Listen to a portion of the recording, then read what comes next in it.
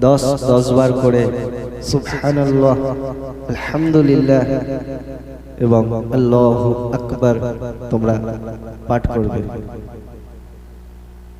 তাহলে একটি হলো প্রতি ফরজ সালাতের পর, এবং দ্বিতীয়টি হচ্ছে যখন তোমরা শয্যায় যাবে অর্থাৎ ঘুমোতে যাবে তখন 100 বার করে অর্থাৎ 100 বার করে তোমরা পড়বে সুবহানাল্লাহ, আলহামদুলিল্লাহ, আল্লাহু আকবার।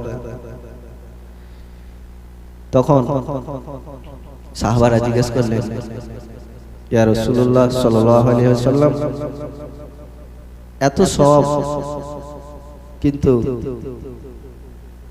আমলের দিক থেকে সংখ্যায় লোক কম কেন? তিনি বললেন, কারণ হচ্ছে যখন তোমরা নামাজ পড়তে